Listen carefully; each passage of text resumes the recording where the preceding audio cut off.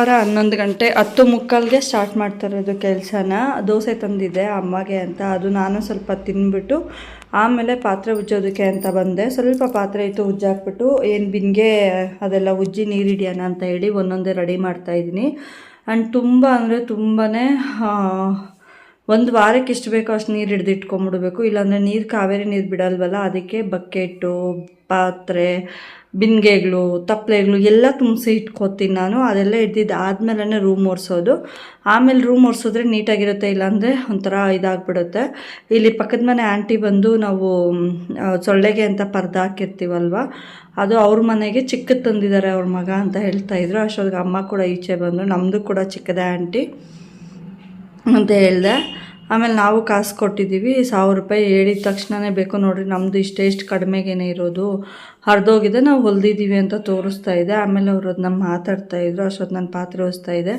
ಆಮೇಲೆ ಈ ಕಡೆ ನಾನು ವಿಡಿಯೋ ಇಟ್ಟಿರೋದು ನೋಡಿಬಿಟ್ಟು ಇದೇನು ನಂದಿನಿ ಅಂದರು. ಅದೇನೋ ಬಿಡಿ ಆಂಟಿ ನಂದು ಅಂತೇಳಿ ಆಮೇಲೆ ಹೇಳ್ತಾಯಿದ್ರು. ನಾನು ಎತ್ಕೊಂಡು ಆಮೇಲೆ ಹೇಳ್ತಿದ್ದೆ, ಇಲ್ಲ ಆಂಟಿ ಅದೇನೋ ಬಿಡ್ರಿ, ಎಲ್ಲ ಮನೆ ಗಂಡಸರು ಹಾಗೇನೆ ಹೇಳಿದ ಮಾತು ಕೇಳಲ್ಲ. ಇವಾಗ ನಾವೇನಾದರೂ ಹೇಳಿದ್ರೆ ಅವ್ರು ನಮ್ಮ ಮಾತೇ ಇದು ಕೇಳೋದಿಲ್ಲ ಅಷ್ಟೇ ಅಂತ ಹೇಳಿಬಿಟ್ಟು ಅವ್ರಿಗೆ ಹೇಳಿ ಅವ್ರು ಅಲ್ಲಿಂದ ಹೋದರು. ಮತ್ತು ನಾನು ನೀರು ಬಿಂದಿಗೆಗಳೆಲ್ಲ ಉಜ್ಜಿ ನೀರು ತೊಳೆದು ಎಲ್ಲ ಕ್ಲೀನ್ ಮಾಡೋಷ್ಟರೊಳಗಾಗಿ ಟೈಮ್ ಆಗೋಯಿತು.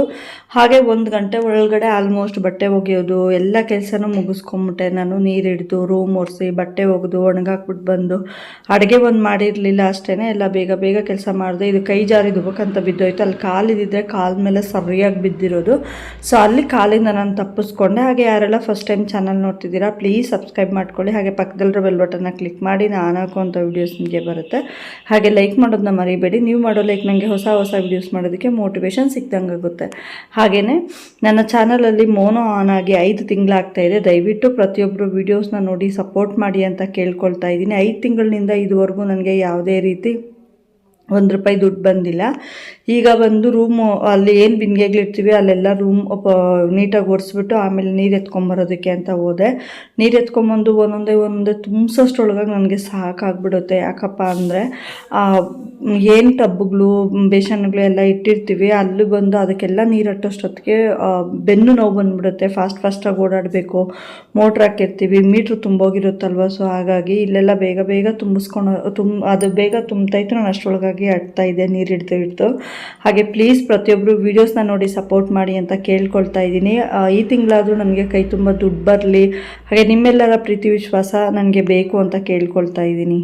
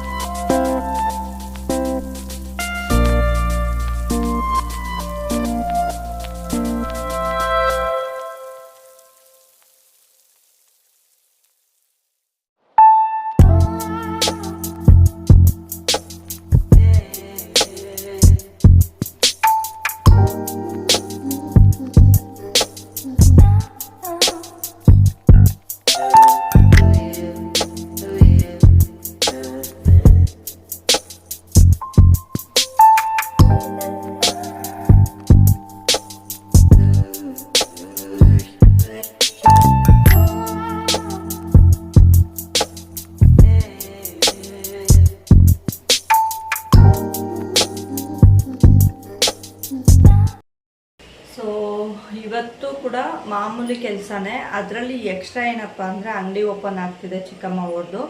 ಅಲ್ಲಿ ಕೆಲವೊಂದು ಕೆಲಸ ಹೋಗಿ ಜೋಡಿಸೋದು, ಆಮೇಲೆ ಅಲ್ಲಿಂದ ಬಂದು ಮನೆಯಲ್ಲಿ ಅಡುಗೆ ಮಾಡೋದು. ಈಗ ಬಂದಿದ್ದೀನಿ 8:30ಗೆ ಬಂದು ಕಾಳು ಸಾಂಬಾರಿಗೆ ಇಟ್ಟು ಮುದ್ದೆಗೆ ಇಟ್ಟಿದ್ದೀನಿ. ತೋರ್ಸೋಕ್ಕಾಗಲಿಲ್ಲ ಡೀಪಾಗಿ, ಯಾಕಂದರೆ ಆಲ್ರೆಡಿ ಟೈಮ್ ಆಗಿಬಿಟ್ಟಿತ್ತಲ್ವ ನನಗೆ. ಸೊ ಹಾಗಾಗಿ ತೋರ್ಸೋಕ್ಕಾಗಿರಲಿಲ್ಲ.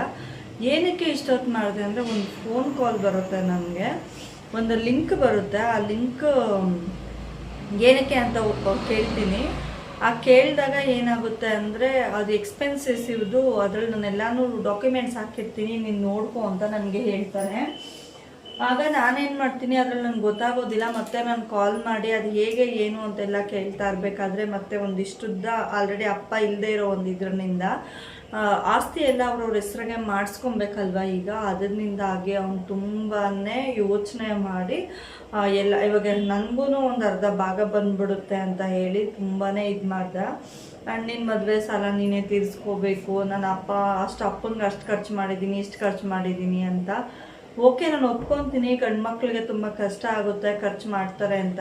ನಾನಿಲ್ಲ ಅಂತ ಹೇಳಲ್ಲ. ಅದನ್ನು ಭಾರ ನಾನು ಪೂರ್ತಿಯಾಗಿ ಗಂಡು ಮಗನ ಮೇಲೆ ಓಡಿಸೋಕ್ಕೂ ನನಗೆ ಇಷ್ಟ ಇಲ್ಲ. ಆದರೆ ಆ ಖರ್ಚನ್ನ ನಾನು ಒಪ್ಕೊತೀನಿ ಅಂತ ಹೇಳಿದಾಗ ನನಗೇನೋದೊಂದು ಟೈಮ್ ಇರಬೇಕಲ್ವಾ. ನನಗೂ ಕಷ್ಟ ಇದೆ ಮನೆಯಲ್ಲಿ, ನಾನು ಮನೆ ಕೆಲಸಕ್ಕೆ ಹೋಗಬೇಕು ಅಂತ ಇದ್ದೀನಿ. ನನ್ನ ಮಗಳಿಗೆ ಹುಷಾರಿಲ್ಲ, ನಮ್ಮ ಅತ್ತೆಗೆ ಹುಷಾರಿಲ್ಲ, ನನಗೆ ಹೆಲ್ತ್ ಇಶ್ಯೂಸ್ ಇದೆ. ಏನನ್ನೂ ಯೋಚನೆ ಮಾಡ್ತಾ ಇಲ್ಲ. ಜಸ್ಟ್ ಅವನಿಗೆ ಈಗ ಅಂದರೆ ಈಗಲೇ 1 ಲಕ್ಷ ತಂದು ಕೊಡು ಅಂದರೆ ನಾನೇನು ಗಿಡ ಹಾಕಿದ್ದೀನ, ಅದು ಬೇಜಾರಾಯಿತು ನನಗೆ. ಅವ್ನು ಕೇಳಬಾರ್ದಾಗಿತ್ತು ನನ್ನ. ನೀನಿರೋ ಪರಿಸ್ಥಿತಿಯಲ್ಲಿ ಕೊಡಬೇಡ, ನಾನು ಕೊಡಲ್ಲ ಅಂತ ಹೇಳ್ತಿಲ್ಲ, ಬಟ್ ನನಗೆ ಟೈಮ್ ಬೇಕು ಅಂದರೆ ಇಲ್ಲ, ನಿಂತ ಕಾಲದಲ್ಲಿ ನೀನು ಕೊಡೇಬೇಕು. ಇಲ್ಲ ನಿನ್ನ ಮನೆ ಹಡ ಇಕ್ಕು ಅಂದರೆ ನನ್ನ ಮನೆ ಹಡ ನಂದ ಮನೆ ನನ್ನ ಹೆಸ್ರಲ್ಲಿ ಇದೆಯಾ, ಇಲ್ಲ ನನಗೆ ಇನ್ನೇನೋ ಬೇರೆ ದಾರಿ ಇದೆ ಅಂದರೆ ನಾನು ಫುಟ್ಪಾತ್ ಮೇಲೆ ನಿಂತಿದ್ದೀನಿ, ಅಲ್ಲೂ ಬಿಸ್ನೆಸ್ ಇಲ್ಲ, ತುಂಬ ಕಷ್ಟ ಆಗ್ತಿದೆ, ಖರ್ಚಿಗೆ ಮನೆ ನಡೆಸೋದೇ ಕಷ್ಟ ಆಗ್ತಿದೆ, ಜೀವನ ನಡೆಸೋದು ಕಷ್ಟ ಆಗ್ತಿದೆ ಅಂದಾಗ ಈ ಥರ ಮಾತುಗಳು ಕೇಳುತ್ತೆ. ಸೊ ಅದರಲ್ಲಿ ಅವ್ನು ಇನ್ನೊಂದು ಪಾಯಿಂಟ್ ಆಫ್ ಮಾಡಿ ನನ್ನ ಹತ್ರ ಮಾತಾಡ್ದ.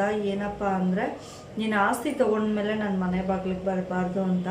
ನಾನು ಎಲ್ಲ ಗಂಡು ಮಕ್ಳಿಗೂ ಒಂದು ಮಾತು ಹೇಳ್ತೀನಿ, ಹೆಣ್ಮಕ್ಳು ಆಸ್ತಿ ಯಾವತ್ತೂ ಬೇಕು ಅಂತ ನಿಮ್ಮನ್ನು ಕೇಳೋದಿಲ್ಲ, ಬಟ್ ನೀವು ನಡ್ಕೊಳ್ಳೋ ರೀತಿ, ನೀವು ಮಾತಾಡೋ ರೀತಿ, ನೀವು ಹೇಗೆ ಅವ್ರ ಜೊತೆ ಇರ್ತೀರಾ ಅನ್ನೋದ್ರ ಮೇಲೆ ಅವ್ರು ನಿಮ್ಮನ್ನು ಆಸ್ತಿ ಕೇಳ್ತಾರೆ. ಅದೇ ನೀವು ಅವ್ರನ್ನ ಚೆನ್ನಾಗಿ ನೋಡ್ಕೊತಾ ಇದ್ದಿದ್ರೆ, ನೀವಿದ್ದೀರೋ ಅನ್ನೋ ಧೈರ್ಯ ಅವ್ರಿಗಿದ್ದಿದ್ರೆ ಖಂಡಿತವಾಗ್ಲೂ ನಾನಂತೂ ಖಂಡಿತವಾಗ್ಲೂ ಇರ್ತೀನಿ. ನನ್ನ ಜೊತೆ ನನ್ನ ತಮ್ಮ ನಮ್ಮಮ್ಮ ನಿಂತಿದ್ದಿದ್ರೆ ನಾನು ಪ್ರತಿ ಕಷ್ಟದಲ್ಲೂ ಅವರಿಬ್ಬರು ಆಗಿದ್ದಿದ್ರೆ ನಾನು ಇವತ್ತು ನಾನು ಅವ್ರನ್ನ ಆಸ್ತಿನೇ ಕೇಳ್ತಿರ್ಲಿಲ್ಲ. ಬೇಡ, ನನಗೇನು ಕಷ್ಟ ಇದೆ ಅದನ್ನು ನಾನು ತೀರಿಸ್ಕೊಂಡ್ಕೆ ನಾನು ಸ್ವಲ್ಪ ಕೊಟ್ಬಿಟ್ಟು ಇನ್ನು ಮಿಕ್ಕಿದ್ದು ನೀನು ಇಟ್ಕೋ, ಯಾಕಂದರೆ ನೀನು ನನ್ನ ಲೈಫ್ ಲಾಂಗ್ ನೀನು ನನ್ನ ಜೊತೆ ಹೇಳ್ತಿದ್ದೆ. ಬಟ್ ಅವನು ಜಸ್ಟ್ ಅವನು ಯೋಚನೆ ಮಾಡ್ತಿರೋ ರೀತಿ, ಅವನು ಅವಾಗಿಂದ ಮಾತಾಡೋದೆಲ್ಲ ಮರ್ತುಬಿಟ್ಟಿದ್ದಾನೆ. ಅವನು ಮಾತಾಡಿರೋ ರೀತಿ, ಅವನು ಏನು ಅಂದಾಗಲೆಲ್ಲ ಮರ್ತೋಗಿದ್ದಾನೆ. ಸೊ ಅದು ನನಗೆ ಬೇಜಾರು ತಂತು ಅಷ್ಟೇ. ಇನ್ನೇನು ನಮ್ಮ ಅಪ್ಪ ಕೂಡ ಹೇಳ್ಕೊಡೋಗೆ SLC ಆದಮೇಲೆ ಜೊತೆಯಿಂದ ನಮ್ಮ ಅಪ್ಪನೂ ಹೊರಟೋದ್ಮೇಲೆ ನಾವು ಕೂಡ ತುಂಬಾ ಕಷ್ಟಪಟ್ಟಿದ್ದೀರಿ. ನಮ್ಮಮ್ಮಗೆ ಅದು ಗೊತ್ತಾಗ್ತಿಲ್ಲ ಅಷ್ಟೇ. ನಾನು ಮನೆ ಕೆಲಸ ಮಾಡಿದ್ದೀನಿ ನಮ್ಮಮ್ಮನ ಜೊತೆ, ಅದೆಲ್ಲ ನಮ್ಮಮ್ಮಗೆ ಇವಾಗ ನೆನಪೇ ಇಲ್ಲ. ನಮ್ಮಮ್ಮ ಏನಂದರೆ ಜಸ್ಟ್ ಮಗನ ಹುಚ್ಚು, ಮಗ ಒಬ್ಬನ ಚೆನ್ನಾಗಿದ್ದರೆ ಸಾಕು ಅಂತ. ನಾನು ಹೇಗಿದ್ದೀನಿ ಅನ್ನೋದು ನೆನಪಿರೋದಿಲ್ಲ. ಎಲ್ಲರ ಮುಂದೆ ನನ್ನ ಮಗಳು ಬೇಕು, ನನ್ನ ಮಗಳು ಚೆನ್ನಾಗಿರಬೇಕು ಅಂತಾರೆ, ಬಟ್ ಮನಸ್ಸಲ್ಲಿ ಅವ್ರಿಗೆ ಅದಿಲ್ಲ. ಅದು ನನಗೆ ತುಂಬ ನೋವು ಕೊಡುತ್ತೆ. ಇರೋದು ನಾನು ಒಬ್ಬಳೇ ಅಲ್ವಾ, ನನ್ನ ಜೊತೆ ಯಾರೋ ಒಂದು 10 ಜನ ಅಕ್ಕ ತಂಗಿರೋ ಇದ್ದು ಹೂನಪ್ಪ ಅವ್ರು 10 ಜನ ನೋಡಬೇಕು, ನನ್ನೂ ನೋಡಬೇಕು, ಅವ್ರನ್ನೂ ನೋಡಬೇಕು ಅಂತ ನಾನು ಅನ್ಕೋಬೋದು. ಬಟ್ ನನ್ನ ಒಬ್ಬಳೇ ಇರೋದು, ಅವನು ಒಬ್ಬನೇ ಇರೋದು, ಅವನು ಚೆನ್ನಾಗಿರಬೇಕು, ನಾನು ಚೆನ್ನಾಗಿರಬೇಕು. ಬಟ್ ಅವನಿಗೆ ಅದಿಲ್ಲ. ಸ್ವಾರ್ಥ, ಅವ್ನು ನನಗೆ ಹೇಳ್ತಾನೆ ನೀನು ಸ್ವಾರ್ಥಿ ಅಂತ. ಬಟ್ ಅವನು ಸ್ವಾರ್ಥವಾಗಿ ಯೋಚನೆ ಮಾಡ್ತಿದ್ದಾನೆ. ಅವನು ಮೂಗ್ನೇರಕ್ಕೆ ಮಾತ್ರ ಯೋಚನೆ ಮಾಡ್ತಿದ್ದಾನೆ. ನನಗೇನು ಕಷ್ಟ ಇದೆ, ನನ್ನ ಪರಿಸ್ಥಿತಿ ಏನು ಅನ್ನೋದು ಅವ್ನಿಗೆ ಅರ್ಥ ಆಗ್ತಿಲ್ಲ. It's okay. ನನಗೆ ಅದು ಇವತ್ತು ತುಂಬಾ ಬೇಜಾರಾಗಿ ಅವನ ಹತ್ರ ಫೋನಲ್ಲಿ ಮಾತಾಡ್ಕೊಂಡೇ ನನಗೆ ತುಂಬ ಹೊತ್ತಾಗೋಯ್ತು. ಆಮೇಲೆ ಹೋಗಿ ಬೆಳ್ಳುಳ್ಳಿ ತೊಗೊಂಬಂದು ಸಾಂಬಾರ್ಗೆ ಇಟ್ಟಿದ್ದು. ಈಗ 5 ನಿಮಿಷದಲ್ಲಿ ಅಡುಗೆ ಮಾಡ್ಕೊಂಡಿದ್ದೀನಿ. ಸೊ ಅದು ಮನ್ಸಿಗೆ ತುಂಬ ಬೇಜಾರಾಯಿತು. ಹೆಣ್ಮಕ್ಳೆಲ್ಲ ಯೋಚನೆ ಮಾಡಿ ಆಮೇಲೆ ಡಿಸಿಷನ್ ತೊಗೊಳ್ಳಿ. ಯಾರೂ ಲೈಫ್ ಲಾಂಗ್ ಜೊತೇಲಿ ಇರೋದಿಲ್ಲ. ನಾನು ಇರ್ತೀನಿ ಅಂತ ಹೇಳಿದ್ರು ಕೂಡ ಯಾರೋ ಜೊತೇಲಿ ಬರೋದಿಲ್ಲ. ನಿಮ್ಮ ಕಷ್ಟ ನಿಮಗೇನೆ ಇರುತ್ತೆ. ನಿಮ್ಮ ಗಂಡನ ಮನೇಲಿ ಇರೋ ಕಷ್ಟ, ನೋವು, ಸಂಕಟ ಅದು ನಿಮಗೆ ಇರುತ್ತೆ. ಸೊ ನಾನು ನೋಡ್ಕೊತೀನಿ, ನೀನು ಬಂದ್ಬಿಡು ಅಂತ ಹೇಳಿದವ್ರು ಯಾರೂ ಲಾಸ್ಟ್ವರೆಗೂ ಜೊತೇಲಿ ನಿಲ್ಲಲ್ಲ, ಅದು ಸತ್ಯ. ಇನ್ನೊಂದೇನಪ್ಪ ಅಂದರೆ, ಸಾಕು ಎಲ್ಲ ಹೆಣ್ಣುಮಕ್ಳ ಪರಿಸ್ಥಿತಿನೇ ಯಾರಿಗೂ ಈ ನೋವು ಈ ಸಂಕಟ ಬರೋದು ಬೇಡ. ಬಟ್ ಆದರೂ ಒಂದು ನೋವು ಅನ್ನೋದು ಇರುತ್ತೆ ಅಲ್ಲ. ಇನ್ನು ವೀಡಿಯೋ ಬಗ್ಗೆ ಮಾತಾಡೋದಾದರೆ, ನಾರ್ಮಲ್ ಕೆಲಸ, ಚಿಕ್ಕಮ್ಮ ಅವ್ರದ್ದು ಅಂಗಡಿ ರೆಡಿ ಆಯಿತು. ನಾಳೆ ಇನೋಗ್ರೇಷನ್ ಇದೆ, ಆ ವಿಡಿಯೋ ಕೂಡ ನಾನು ನಾಳೆ ಮಾಡಿ ಹಾಕ್ತೀನಿ. ಈಗ ಹುಳಿ ಸಾರು ಆಯಿತು. ಲಾಸ್ಟ್ ಸಂತೆ ಇದೆ ಅನಿಸುತ್ತೆ, ಹೋಗಿ ನಾನು ಏನದು ಹಣ್ಣುಳ್ಳಿ ಬೀನ್ಸ್ ತೊಗೊಂಬಂದಿದ್ದೆ. ಅದು ಸ್ವಲ್ಪ ಇತ್ತು, ಸ್ವಲ್ಪ ಪಲ್ಯ ಮಾಡಿದೆ, ಸ್ವಲ್ಪ ಸಾಂಬಾರ್ಗೆ ಇಟ್ಟಿದ್ದೆ. ಸೊ ಈಗ ಹುಳಿ ಸಾಂಬಾರು ಮಾಡಿದೆ, ಮುದ್ದೆ, ಅನ್ನ. ಸಾಂಬಾರು ಆಯಿತು, ಅನ್ನಕ್ಕೆ ನೀರಿಟ್ಟಿದ್ದೀನಿ, ಮುದ್ದೆ ಬೇಯ್ತಾ ಇದೆ. ಆಯಿತು, ಇವತ್ತಿನ ವ್ಲಾಗ್ ಇಲ್ಲಿಗೆ ನಾನು ಮುಗಿಸ್ತಾ ಇದ್ದೀನಿ. ಆಚೆ ಇವತ್ತು ತೊಳಿತಾ ಇಲ್ಲ. ಒಂದು ಸ್ವಲ್ಪ ಒಳಗಡೆ ಪಾತ್ರೆ ಉಜ್ಜಿದ್ದೀನಿ, ಇನ್ನು ಸ್ವಲ್ಪ ಇವಾಗ ಬಿದ್ದಿದೆ, ಅದನ್ನೆಲ್ಲ ನೀಟಾಗಿ ಉಜ್ಜಾಕ್ತೀನಿ. ಉಜ್ಜಿಬಿಟ್ಟು ಇನ್ನು ಮಲಗೋದೇನೆ. ಸೊ ಯೂಟ್ಯೂಬ್ ಅಲ್ಲಿ ನಿಮಗೆ ದುಡ್ಡು ಬರ್ತಿದೆ ಅಂತ ಕೇಳಿದೆ. ಅವನಿಗೆ ರಿಯಾಲಿಟಿ ಗೊತ್ತಿಲ್ಲ, ಏನೋ ನನಗೆ ಯೂಟ್ಯೂಬಲ್ಲಿ ದುಡ್ಡು ಬರ್ತಿಲ್ಲ ಅಂತ. ದಯವಿಟ್ಟು ಯಾರೆಲ್ಲ ನನ್ನ ಚಾನಲ್ನ ನೋಡ್ತಿದ್ದೀರಾ ಪ್ಲೀಸ್ ಸಬ್ಸ್ಕ್ರೈಬ್ ಮಾಡ್ಕೊಳ್ಳಿ. ಹಾಗೆ ಪಕ್ಕದಲ್ಲಿರೋ ಬೆಲ್ ಬಟನ್ನ ಕ್ಲಿಕ್ ಮಾಡಿ, ನಾನು ಹಾಕುವಂಥ ವೀಡಿಯೋಸ್ ನಿಮಗೆ ಬರುತ್ತೆ. ಹಾಗೆ ಲೈಕ್ ಮಾಡೋದನ್ನ ಮರಿಬೇಡಿ. ನೀವು ಮಾಡೋ ಲೈಕ್ ನನಗೆ ಹೊಸ ವೀಡಿಯೋಸ್ ಮಾಡೋದಕ್ಕೆ ಮೋಟಿವೇಶನ್ ಸಿಕ್ದಂಗೆ ಆಗುತ್ತೆ. ಹಾಗೆ ನನ್ನ ಚಾನಲಲ್ಲಿ 5 ತಿಂಗಳಾಗಿದೆ ಮೋನೋ ಆನ್ ಆಗಿ. ದಯವಿಟ್ಟು ವೀಡಿಯೋಸ್ ನೋಡಿ ನನಗೆ ಸಪೋರ್ಟ್ ಮಾಡಿ ಅಂತ ನಾನು ಕೇಳ್ಕೊಳ್ತಾ ಇದ್ದೀನಿ ನಿಮ್ಮನ್ನು. ಯಾಕೆ ಅಂದರೆ ನಾನು ತುಂಬ ಕಷ್ಟಪಡ್ತಿದ್ದೀನಿ. ನನ್ನ ಜೀವನದಲ್ಲಿ ನಡೀತಿರೋ ಪ್ರತಿಯೊಂದು ಕಷ್ಟನೂ ಸುಖನೂ ನಿಮ್ಮ ಹತ್ರ ಹಂಚ್ಕೋತಾ ಇದ್ದೀನಿ. ನಿಮ್ಮನೆ ಮಗಳಾಗಿ ನನ್ನ ಬೆಳೆಸಿ, ನನ್ನ ಪ್ರತಿಯೊಂದು ಇದರಲ್ಲೂ ನೀವು ಸಪೋರ್ಟಿವ್ ಆಗಿ ನಿಂತ್ಕೊಬೇಕು. ಹಾಗೆ ನನಗೆ ನನ್ನ ಕೆರಿಯರ್, ಯೂಟ್ಯೂಬ್ ಕೆರಿಯರ್ ಇನ್ನಷ್ಟು ಎತ್ತರಕ್ಕೆ ಬೆಳೀಲಿ ಅಂತ ಕೇಳ್ಕೊಳ್ತಾ, ಥ್ಯಾಂಕ್ ಯು ಸೊ ಮಚ್ ಇಷ್ಟೊತ್ತು ನನ್ನ ವಿಡಿಯೋ ನೋಡಿದ್ದಕ್ಕಾಗಿ. ಮತ್ತೊಂದು ವಿಡಿಯೋ ಜೊತೆ ನಾನೇನು ಸಿಗ್ತೀನಿ. Thank you all, love you all, bye by.